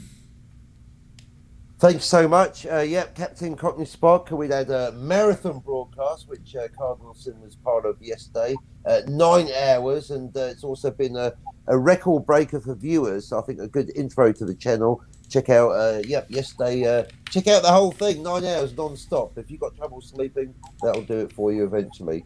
And beyond that, I'm here to talk about The Prisoner and other pop culture items on a semi-regular basis. And also just thank you both so much. Thank you in the chat. But yeah, thank you guys. I'm learning as I'm on the show. It's a great weekly journey of discovery. Thank you both. And this is the captain's channel, and I will pop the URL into the chat. Thank you, because I'm far too disorganized. Lots of great content here. So please do subscribe to Captain Cockney Spock. And Rick, how can we further plug your work and interests? Yeah, I think you've plugged everything that needs plugging. Thank you for the plug for the website, which is the Unmutual.co.uk, as you said. Thank you for the plug for the Blu-ray set, and thank you for the plug for the book. It's just a pleasure to be here. There's nothing better than talking about The Prisoner. What a great show to talk about, and a show that you can never stop talking about. And that's what's so good about it, isn't it? As we discussed, this particular episode says so much about the world around us, and future episodes will do the same. And it's a pleasure to be part of this with you. Thank you for having me on again, and I hope to be on again very soon. Oh yes, we hope to welcome you back next week, and that will be for the Schizoid Man. The Schizoid Man. Everybody get ready to get a little schizoid, right? Although I might sneak ahead and have an unofficial look at Dance of the Dead now that I'm already accepting it should be the second episode. Okay, but make sure you're ready for the Schizoid Man. Yeah, I am. No, I'm not. No, I am. No, I'm not. The Schizoid Man. And Michael Beacom says 50 years and we still have not squeezed all the juice out of it yet.